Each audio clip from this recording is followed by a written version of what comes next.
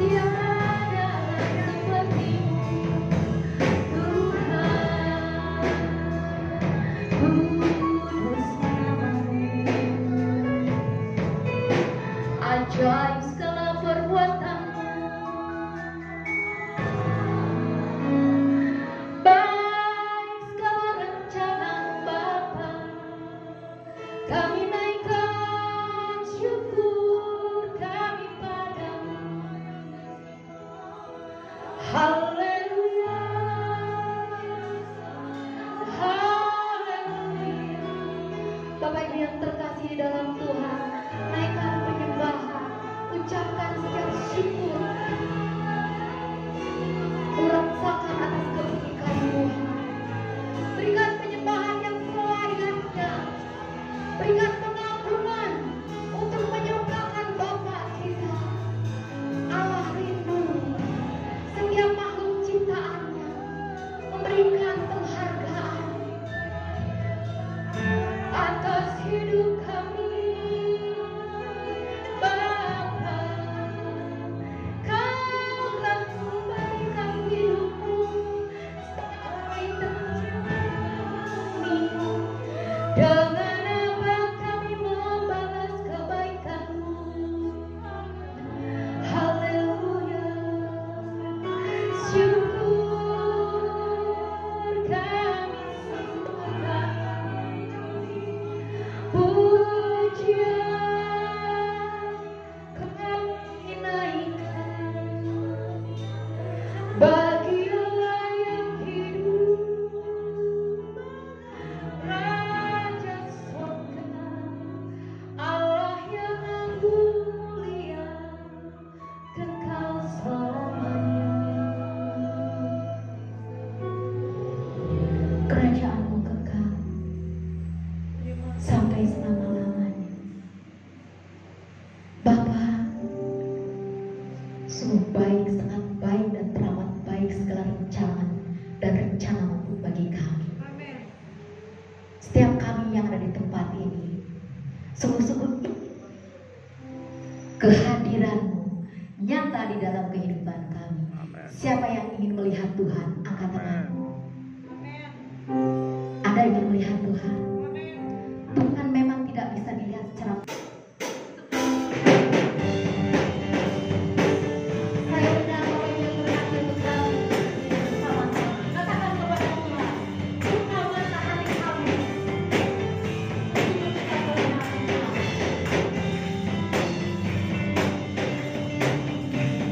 Biarkan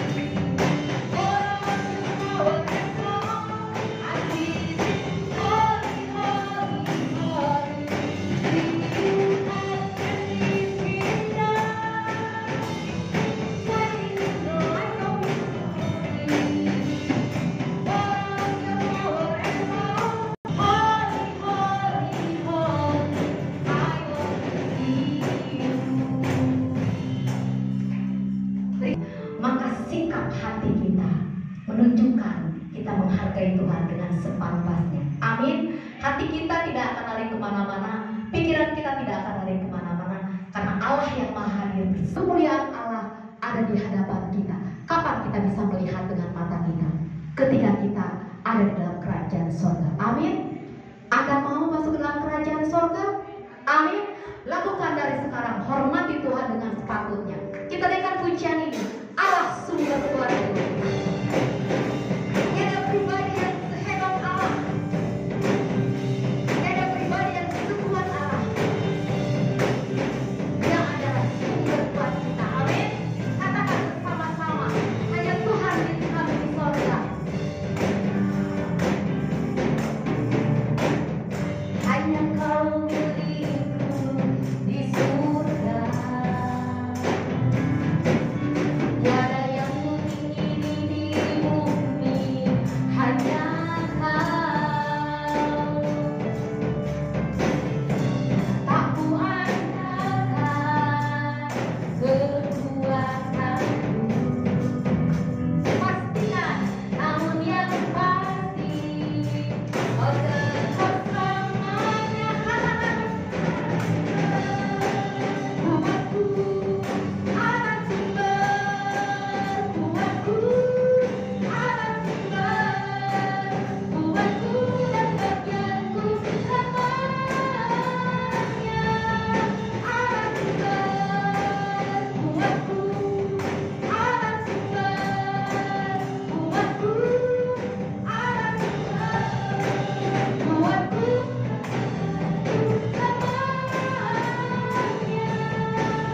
selamanya. Naikkan pujian dari awal bersama-sama. Ini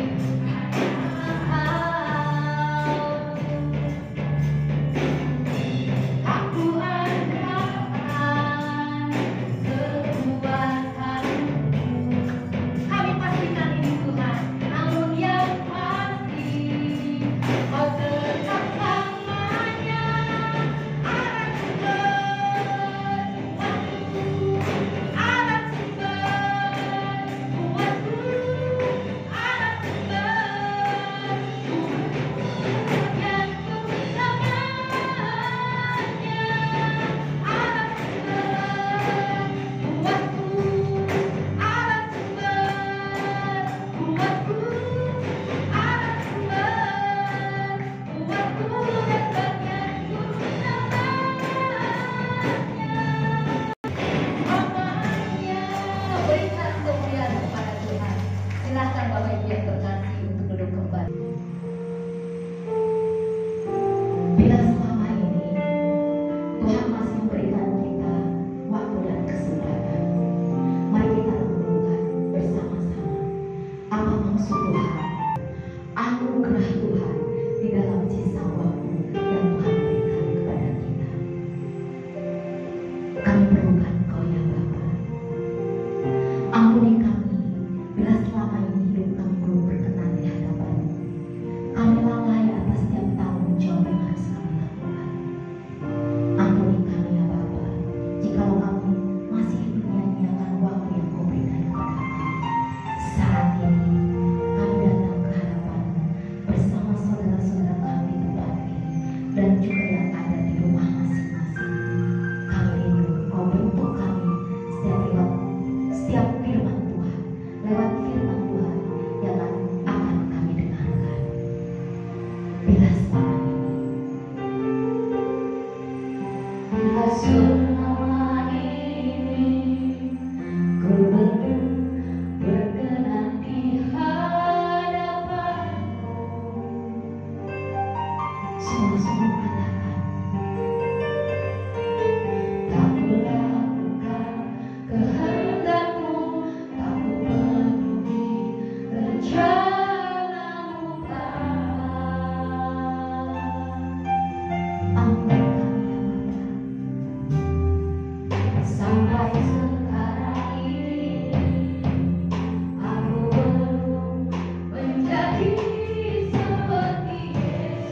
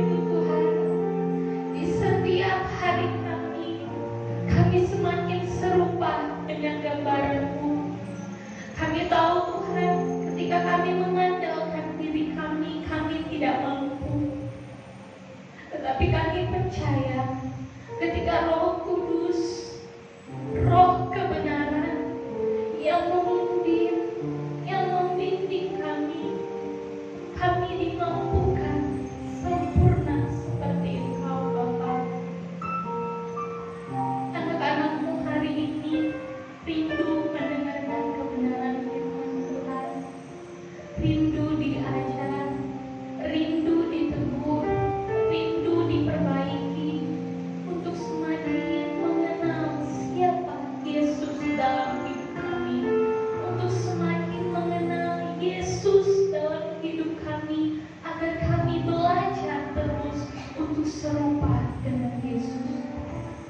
Terima kasih Bapa yang baik, Allah Roh Kudus, Engkau bersama-sama dengan kami, memberikan pengilhaman, memberikan pewahyuan, memberikan rema, sehingga kami pulang mendapatkan benih kebenaran firman-Mu dan berbuah di dalam Engkau. Terima kasih Tuhan Yesus, di dalam nama Tuhan Yesus Kristus. Amin. Saudara, seperjuangan untuk serupa dengan Kristus. Amin. Pada hari ini kita akan belajar tentang firman Tuhan yang terdapat di dalam Roma pasalnya yang ke-6. Kita boleh buka Alkitab kita di dalam Roma pasalnya yang ke-6, ayatnya yang ke-15 sampai ayatnya yang ke-23. Roma pasal yang ke-6 ayat 15 sampai ayatnya 23. Yang sudah dapat boleh bangkit berdiri. Roma pasal 6 ayat 15 sampai 23. Lembaga Alkitab Indonesia memberikan judul Dua Macam Perhambaan. Yang sudah dapat boleh bangkit berdiri.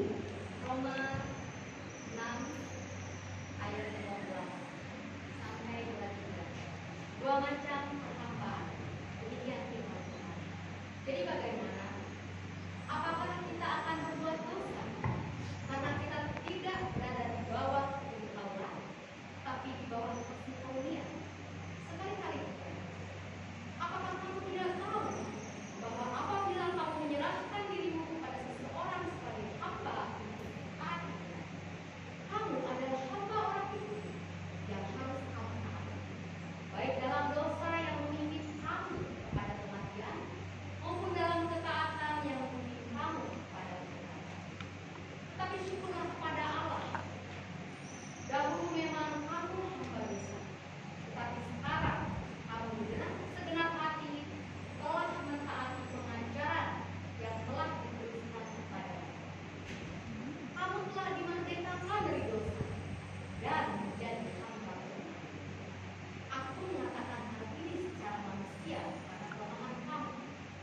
Sebab sama seperti kamu telah menyerahkan anggota-anggota tubuh menjadi hamba kecemaran dan kedurhakaan yang membawa kamu kepada kedurhakaan, demikian hal kamu sekarang harus menyerahkan anggota-anggota tubuh menjadi hamba kebenaran yang membawa kamu kepada kekudusan.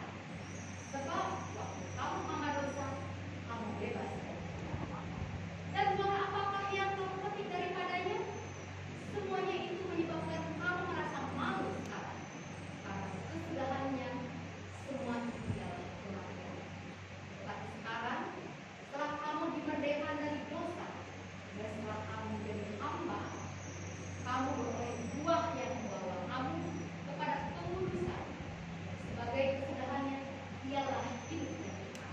Ayat 23. Sebab upah dosa ialah maut, tetapi kasih karunia Allah ialah hidup yang kekal dalam Kristus Yesus Tuhan kita. Terima kasih sudah membacakan kebenaran firman Tuhan kita yang terdapat di dalam Roma pasalnya yang ke-6 ayatnya 15 sampai ayatnya yang ke-23.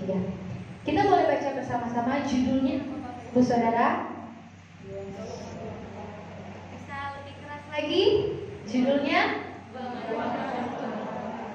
Jadi Paulus sedang mengajarkan bahwa ada dua macam hamba Hamba yang pertama adalah hamba dosa, dan hamba yang kedua adalah hamba kebenaran. Hamba namanya juga hamba, pasti harus menuruti apa mau tuannya, karena hamba.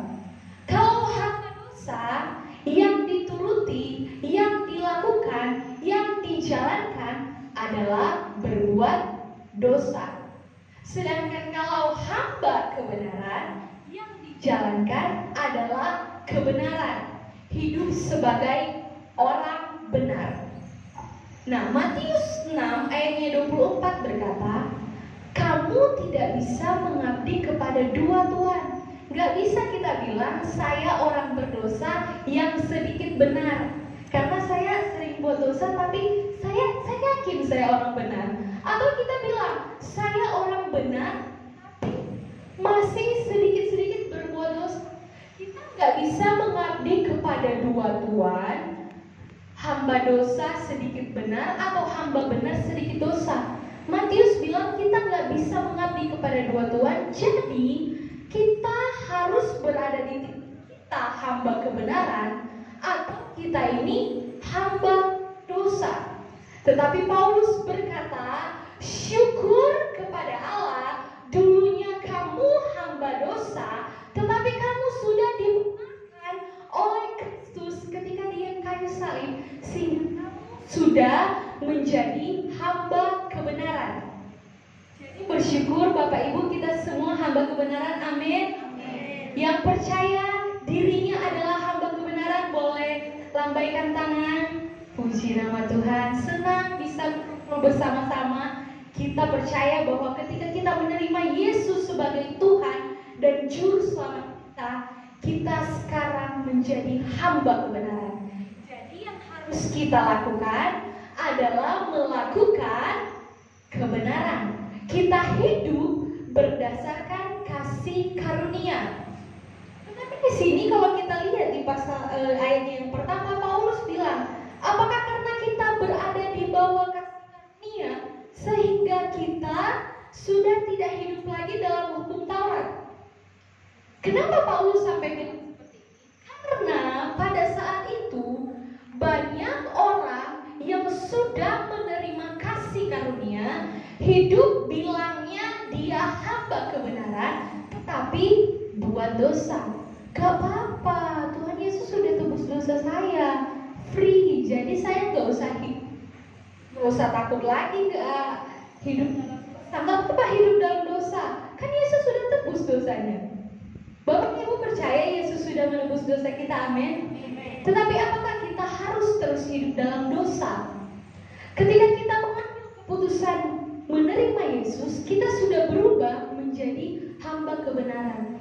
Tapi faktanya ternyata dari zaman Paulus, banyak orang yang sudah menerima kasih karunia, tetapi hidupnya dengan dosa. Kalau mungkin hari-hari ini pengajarannya sering kita bilang pengajaran high grace, kasih karunia overdosis. Jadi gak apa-apa kita hidup dalam dosa. Kan kita sudah menerima anugerah Allah. Gak apa-apa, mungkin Bapak Ibu pernah mendengar pengajaran ini. Oh gak apa-apa, kita hidup dalam kasih karunia. Jadi meskipun kita berbuat dosa, Tuhan Yesus sudah menebus dosa kita, jadi gak apa-apa.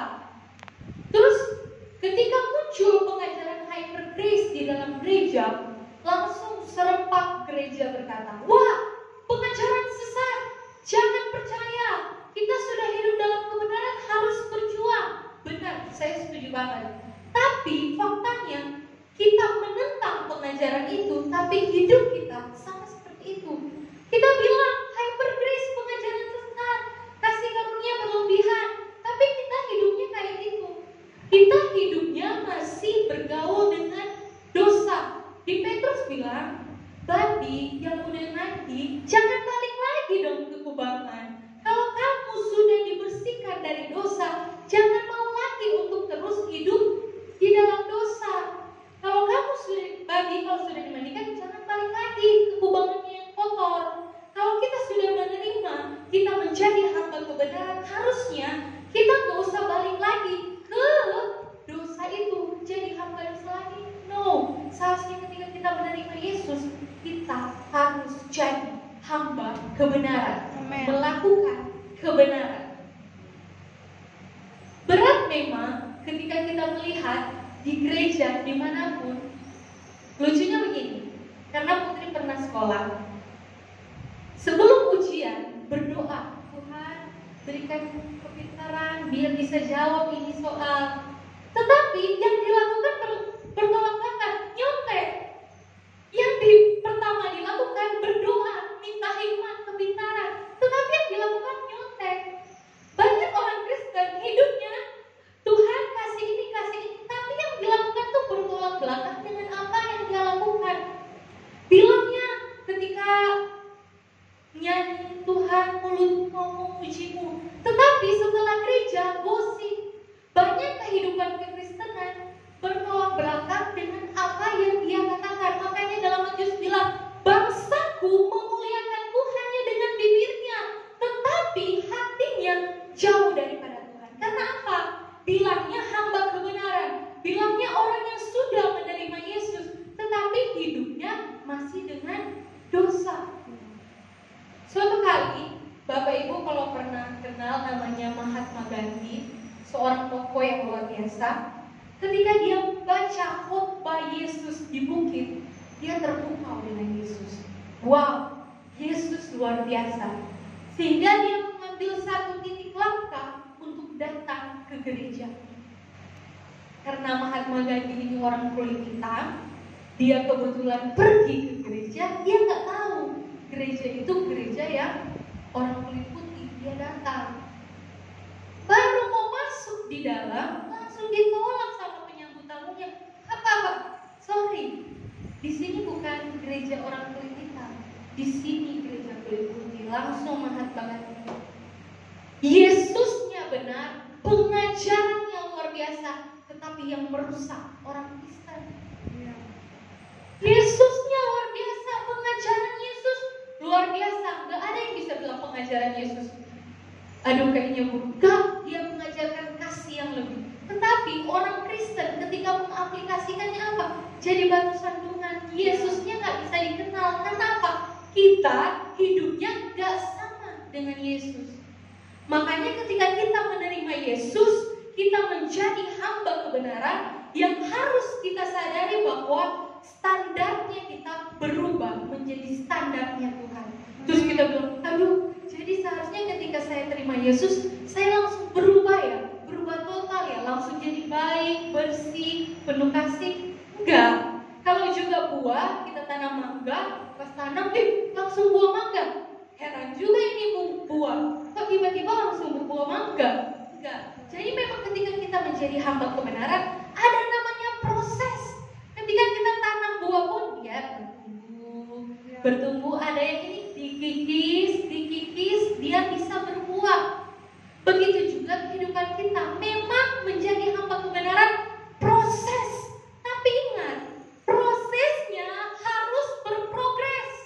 Jangan 10 tahun masih proses, Bu. Sudah bisa memaafkan, proses.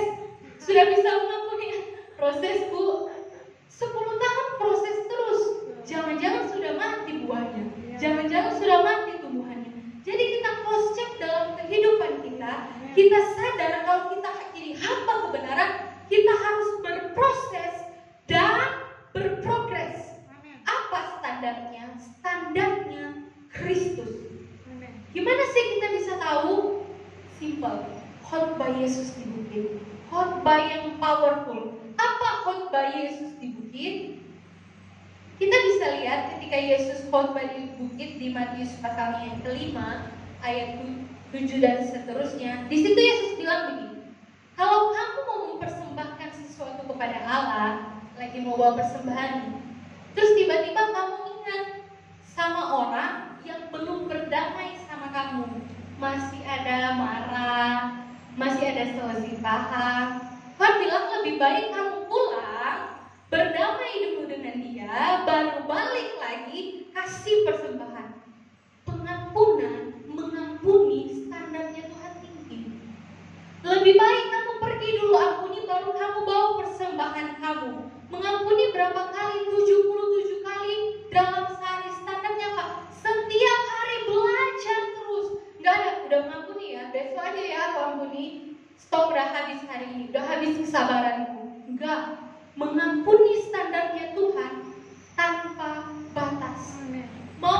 istri kamu gimana, suami kamu gimana, harus mengampuni. Terus kita bilang, kamu sih nggak tahu gimana jahatnya dia, kamu nggak rasain gimana sakitnya hati aku, gimana rasanya ditinggalin, kamu nggak rasain. Gampang aja kamu bilang mengampuni. Suatu kali ada seorang ibu, dia punya hutang 200 juta. Dia datang ke bapak itu, dia minta, Pak, lagi corona Pak, susah cari uang, gak bisa saya dapat 200 juta. Bapak itu belum ini, dia balik lagi. Akhirnya bapak itu tergerak oleh belas kasihan. Jadi dia bilang, ya sudahlah, saya hapuskanlah hutang kamu 200 juta. Wah, siapa yang gak senang? Puji Tuhan, sukacita dia pulang, hutangnya sudah dihapuskan. Pas dia pulang, masih depan pintu, oh dia lihat nih, orang ini pernah hutang sama saya. Dia bilang, bayar hutang kamu, gak tahu diri ya kamu. Bayar hutang kamu 1 juta sama saya, bayar sekarang. Gak tahu diri, mau minjem ya. Terus bapak yang tadi baru ngapusin hutang, dia lihat apaan yang ribut-ribut di depan. Keluar, kenapa ribut-ribut? Ini Pak, ini orang paling gak tahu diri sejagat raya, sedunia ini paling gak tahu diri. Hutang 1 juta aja gak bayar, tapi dia ke mall bisa, jalan-jalan bisa, hutang 1 juta gak dibayar. Terus bapak itu bilang, kamu gak bisa menghapuskan hutang dia yang 1 juta, padahal kamu baru aja loh dihapusin hutang kamu 200 juta. Ketika kita sudah menerima pengampunan dari Tuhan, seharusnya kita melakukan hal yang sama kepada orang lain. Amin. Karena dosa kita tuh lebih besar.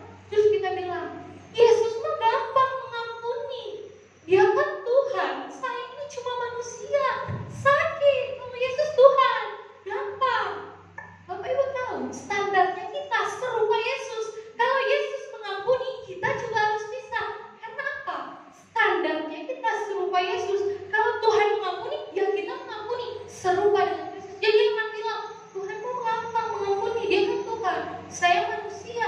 Harus kita sadar, standarnya kita memang harus kayak Tuhan kita, mengampuni tanpa batas. Amin Bapak Ibu.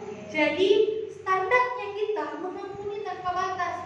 Jadi hamba kebenaran mau mengampuni seperti Yesus mau mengampuni. Amin. Ingat yang pertama, mau mengampuni tanpa batas ya. Coba cek lagi, saya ada kesel gak ya sama orang, atau pas datang ke sini, pas baru berantem saya sama anak saya, baru berantem sama suami di jalan nih, berantem gara-gara salah baju. Ingat, mengampuni. Pas pulang minta maaf, say sorry. Karena standarnya orang Kristen harus seperti Yesus. Yang kedua, Yesus bilang, jika ya, hendaklah katakan ya. Jika tidak, hendaklah katakan tidak. Karena selebihnya daripada si jahat, si iblis. Jadi kalau jadi orang Kristen, standar kejujurannya tinggi. Ada suatu tokoh besar, Abraham Lincoln. Ada Bapak Ibu yang kenal, saya juga baru kenal. Pas searching baru kenal. Dia adalah Presiden Amerika Serikat yang ke-16. Dulu dia itu adalah seorang pengacara. Jadi dia suka membantu kasus-kasus seperti orang susah, orang miskin, untuk dia bantu. Untuk janda-janda sering dia bantu. Kalau bisa diukur dia seorang pengacara, dia itu bisa kaya raya banget. Tapi enggak. Dia bilang gini, lebih baik saya kelaparan daripada saya menipu. Luar biasa loh statementnya. Lebih baik saya sakit hati atau apapun susah daripada saya hidupnya tidak sesuai dengan kejujuran, gak jujur. Integritasnya tinggi. Karena integritasnya itulah dia menjadi Presiden Amerika Serikat. Dan ketika dia menjadi Presiden Amerika Serikat, perbudakan dihapuskan. Dan dia adalah Presiden yang membawa persatuan bangsa. Luar biasa. Dia bilang gini, agama saya mengajarkan kalau saya berbuat baik, saya itu tenang. Karena baik, yang saya buat itu baik. Tetapi ketika saya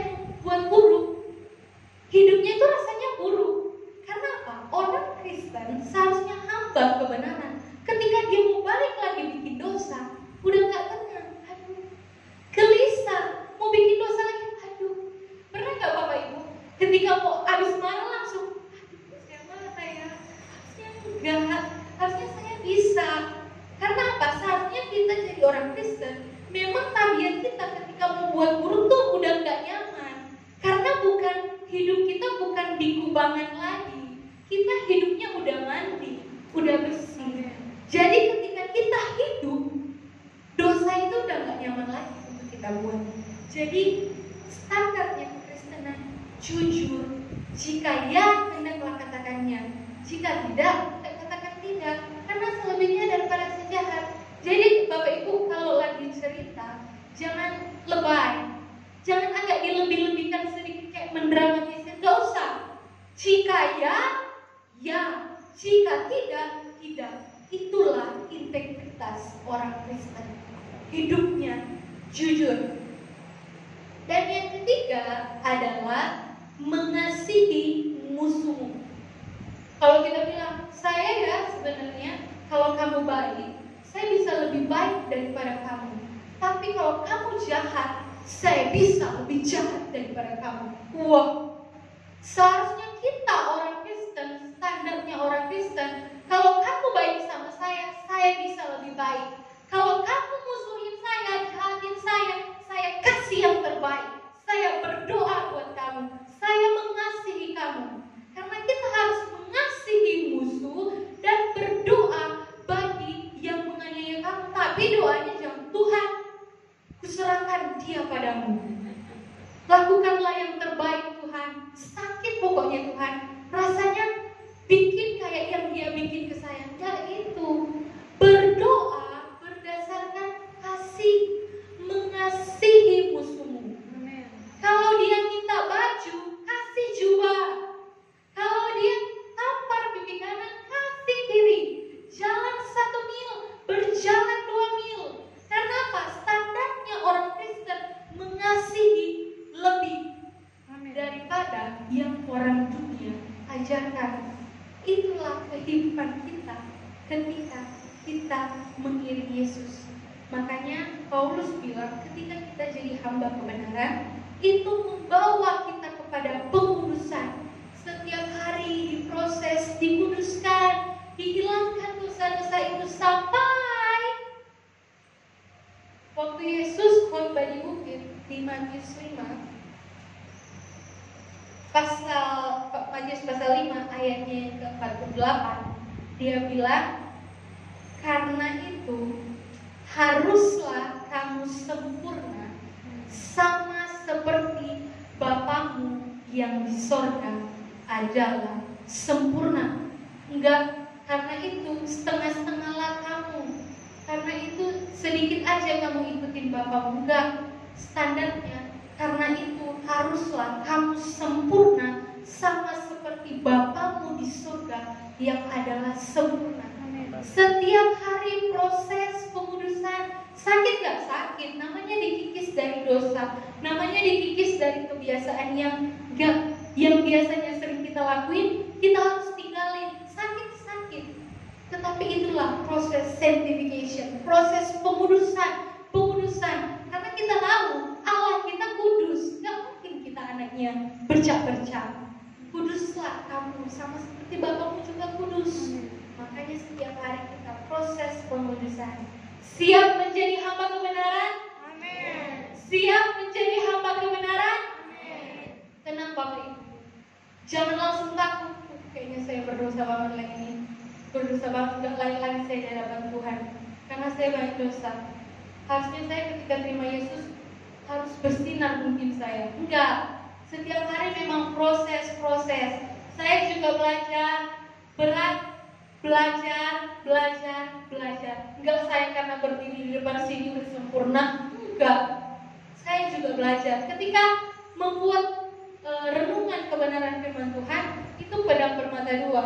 Buat Bapak Ibu, buat saya juga. Bukan berarti saya pas Bapak Ibu lihat, ih luar biasa kali lah berarti pendeta ini, atau luar biasa kali lah hamba Tuhan ini. Berarti enggak.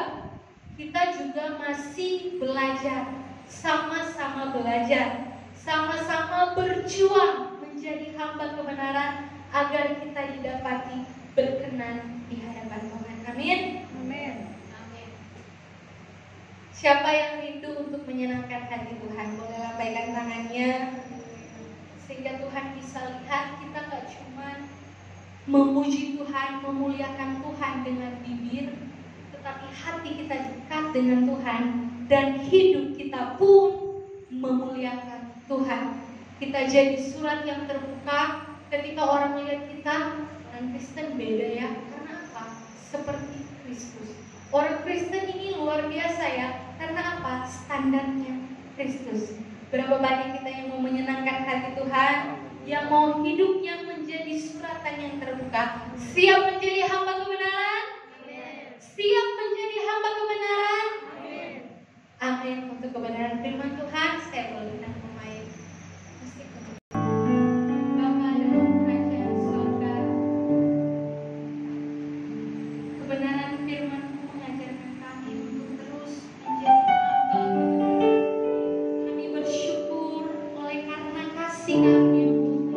Engkau telah membenarkan kami. Kami telah dibenarkan dan menjadi hamba kebenaran. Karena kami tahu Tuhan, ketika kami menjadi hamba kebenaran, kami dibawa kepada pengudusan dan kehidupan yang kekal.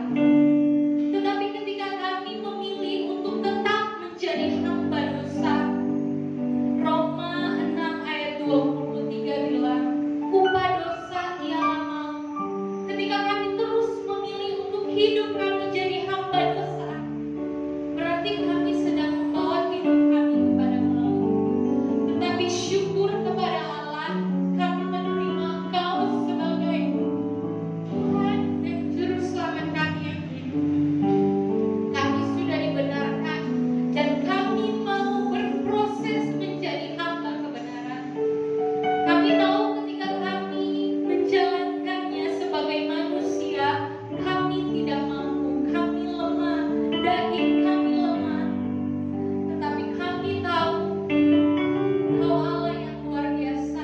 Engkau memberikan kami Roh Kudus di setiap kami yang memampukan kami. Bukan karena kuat dan tenaga kami, tetapi karena Roh Kudus yang memampukan kami. Sehingga hidup kami bisa menyenangkan hati-Mu Tuhan. Sehingga hidup kami bisa berkenan kepada-Mu.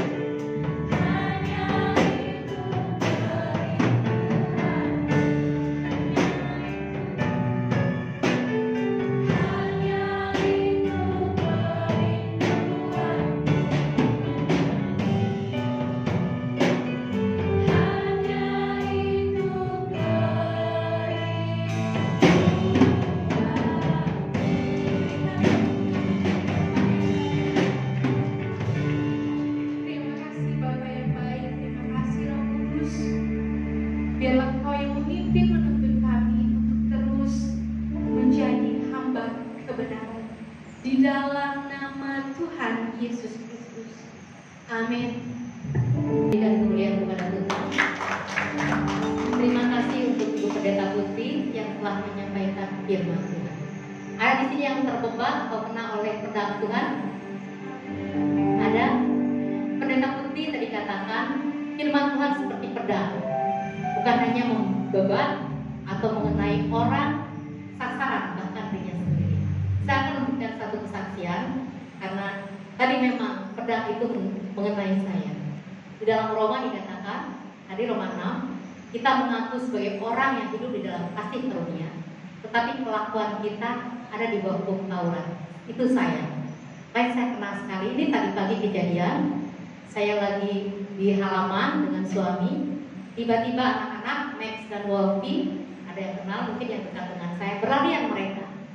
Tiba-tiba Wolfie nabrak saya sampai terjatuh, kaki saya sampai terluka, saya terjatuh gitu sampai saya bilang, saya marahin Wolfie gitu ya, sampai Miko pun sana marah juga ingin marahin Wolfie. Si Wolfie ini dia nggak sadar gitu kan, terus aja lari-lari, saya ambil sandal untuk kata suami saya, Wolfie adalah Wolfie the walk, papi saya. Jadi Upi, suami saya bilang, kamu jangan pukul dia, kamu harus mengampuni, dia kan tidak mengerti apa yang dia lakukan. Langsung ya Tuhanku, benar juga, dia adalah maaf seekor anjing yang menabrak saya gitu. Kadang saya kan marah gitu, saya ambil sandal. Jadi saya teringat oleh khotbahnya Ibu Putri, saya itu merasa saya hidup dalam kasih karunia. Setelah menggenggam kasih karunia, tapi banyak di dalam kehidupan saya menyadari saya hidup dalam hukum Taurat. Tapi tadi Bu Putri juga menyampaikan, ketika kita belajar untuk mau mengikut Tuhan, mau dikoreksi Tuhan, ada ketidaknyamanan ketika saya telah melakukan sesuatu yang saya pikir Tuhan kayak tidak senang. Ada di sini salah satu ibu-ibu mungkin pernah kenal dengan saya. Suatu saat kami naik dalam mobil, pulangnya ibu itu langsung nembak saya begini, pasti nanti ibu menyesal ya, pasti ibu tadi ngerasa gak enak karena saya sedang menegur orang, tapi mungkin intonasi saya agak tinggi. Langsung ibu, ya benar, karena dia tahu saya memang agak ketat di dalam disiplin, tetapi ketika kadang saya lupa, apakah saya ada di kantor, saya ada di sekolah, atau saya ada dalam lingkungan. Jadi ketika berbicara itu seolah-olah sama sasaran kita beda. Itu saya tidak bisa tidur. Saya tidak bisa tidur, saya bisa WhatsApp, minta ampun. Kadang-kadang saya berkata begini, Tuhan, kenapa aku begini ya? Kenapa aku gagal lagi? Aku gagal lagi. Saat terkadang ada pembelaan, tapi saya bukan pembelaan. Tapi kan maksud saya benar. Saya ingin mendidik orang itu supaya bukan menjadi baik ya, karena saya juga bukan orang baik, supaya mengerti kan. Tetapi Tuhan seolah-olah berbicara, caranya kan tidak bisa begitu. Kamu bisa pakai cara yang lebih baik lagi, lebih baik di mata Tuhan. Itu saya seakan-akan jadi aku mau melayani di hari itu, Tuhan layak gak layak. Itu menghantui pikiran dan perasaan saya. Tetapi saya percaya Yakobus mengatakan, jika kau menyesal, kau bertobat, dan Tuhan akan mengampuni. Saya bilang, Tuhan, saya bertobat, saya menyesal, saya tidak akan mengulangi lagi.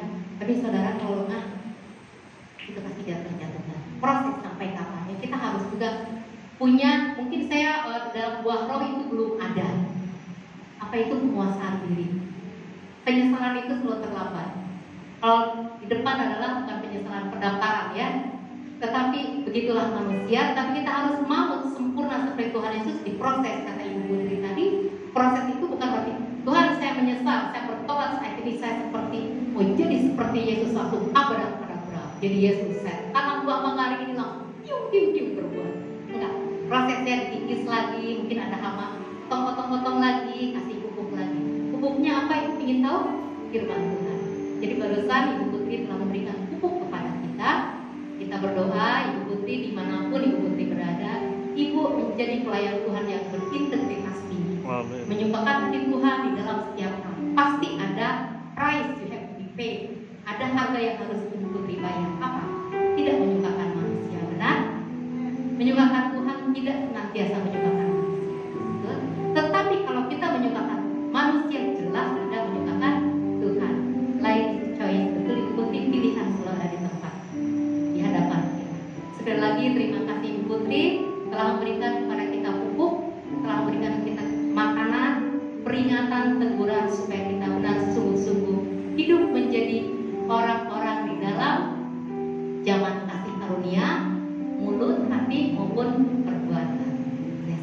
berikan tepuk tangan untuk kemuliaan.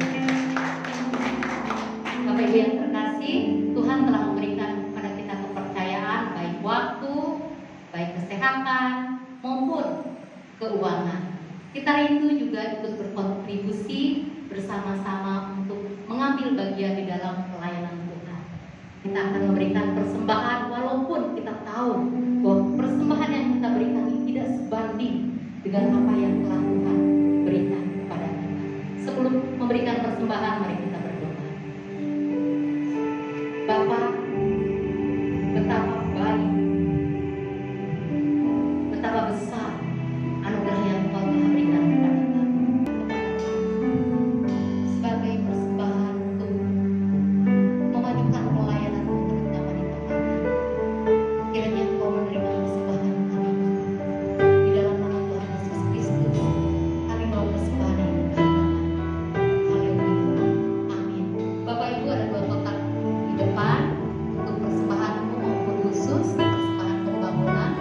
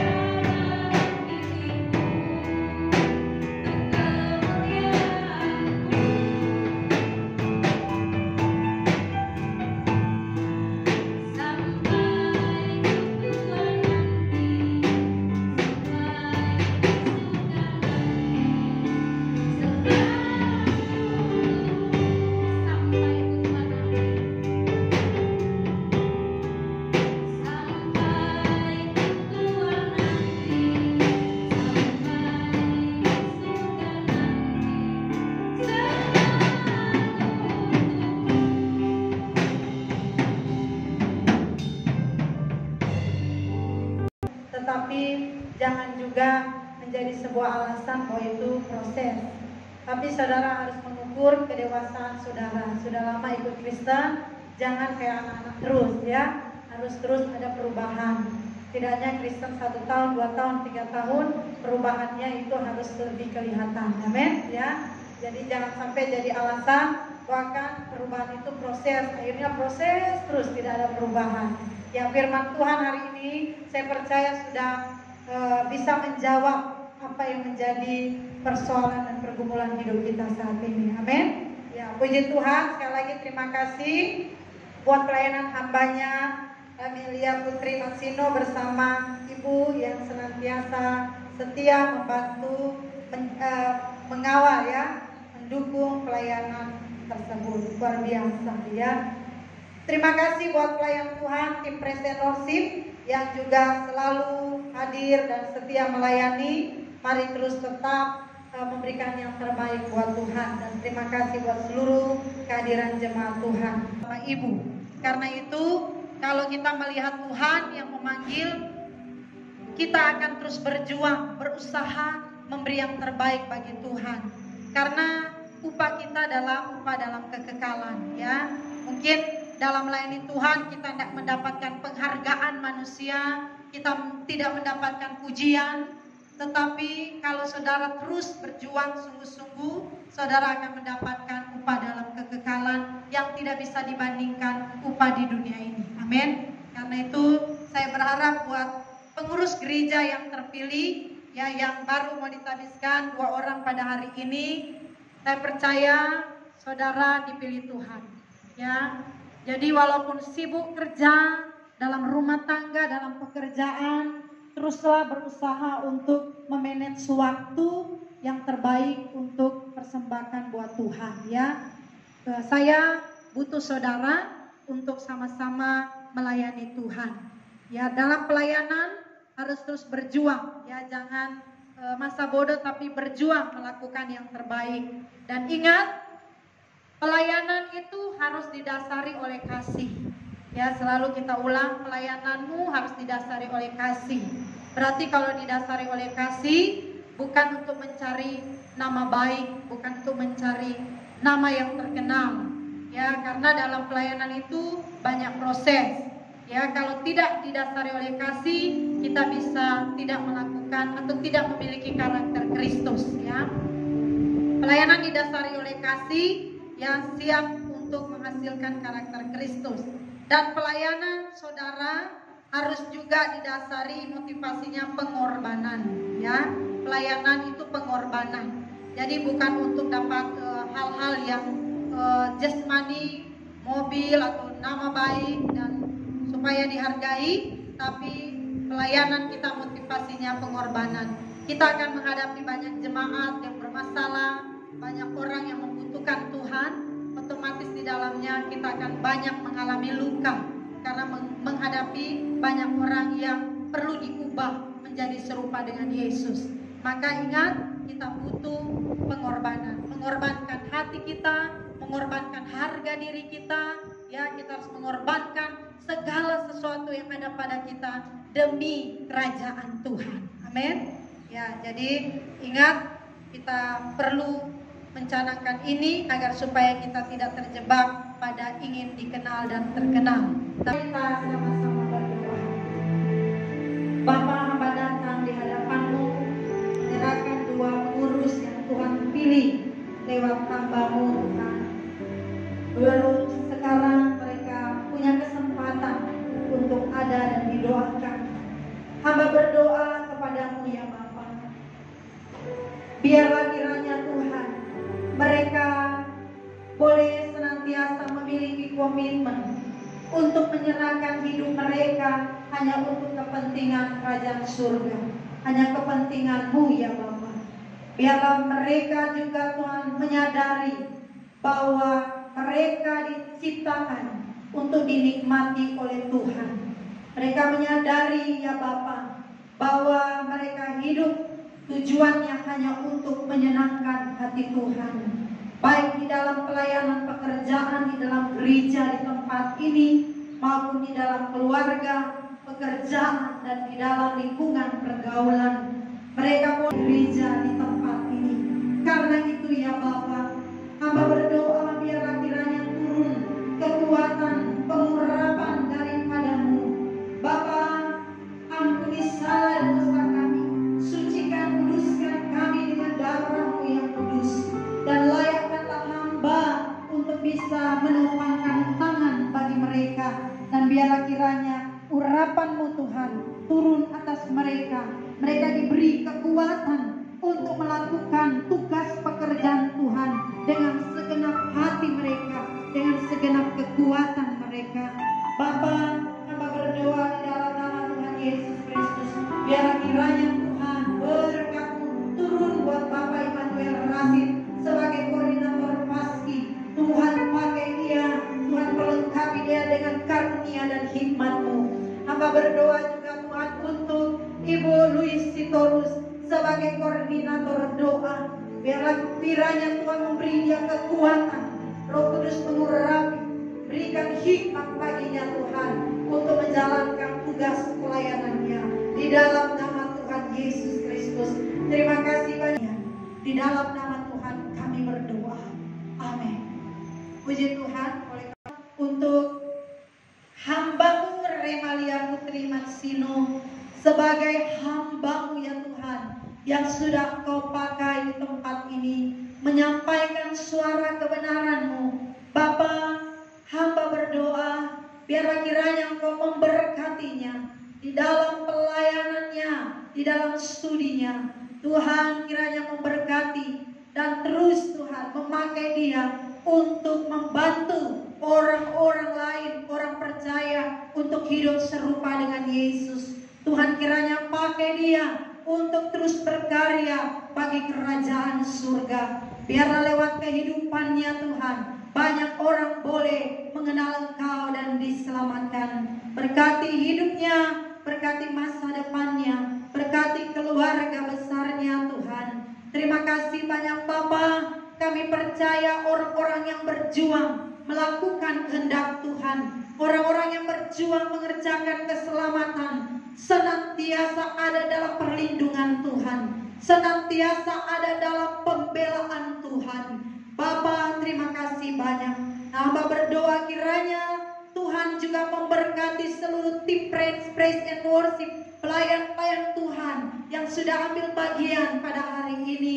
Biarlah kiranya Tuhan menolong mereka di dalam mereka mengerjakan tugas dan panggilan mereka. Berilah berkat-Mu atas mereka Tuhan. Berkati dalam keluarga, di dalam pekerjaan mereka. Kami memberitakan Injil Yesus yang benar. Biarlah Tuhan Yesus lewat kebenaran Injil-Mu yang kami sampaikan Tuhan akan mengubah banyak orang serupa dengan Yesus. Terima kasih banyak Bapa yang baik. Menyerahkan Tuhan pembangunan gereja di tempat ini. Tangan-tangan yang senantiasa memberkati tempat ini. Biarlah kiranya juga Tuhan Engkau menolong dan memberkati mereka. Terpujilah nama-Mu Bapa. Kami berdoa dan kami bersyukur buat hari ini. Kalau Tuhan masih memberi kami kesempatan untuk beribadah bersama-sama di gedung tempat ini ya Bapa. Terima kasih dan ajar kami terus mengingat bahwa hari-hari kami tidaklah banyak. Hari kami hidup di bumi sangatlah singkat. Agar supaya kami mau berlomba-lomba, kami mau memberikan yang terbaik bagi Tuhan. Agar supaya kami mau hidup bijaksana, tidak menyia-nyiakan waktu yang Tuhan berikan. Sehingga ketika akhir hayat hidup kami boleh menyelesaikan tugas dan panggilan kami. Dan kami boleh berkenan di hadapan Bapa. Bapa, di mana Engkau berada, kami rindu untuk berada bersama-sama dengan Bapa. Biarlah Tuhan Engkau menolong kami semenjak kami hidup di bumi ini. Terpuji-pujilah nama Tuhan Yesus Kristus. Kami akan kembali ke rumah kami masing-masing.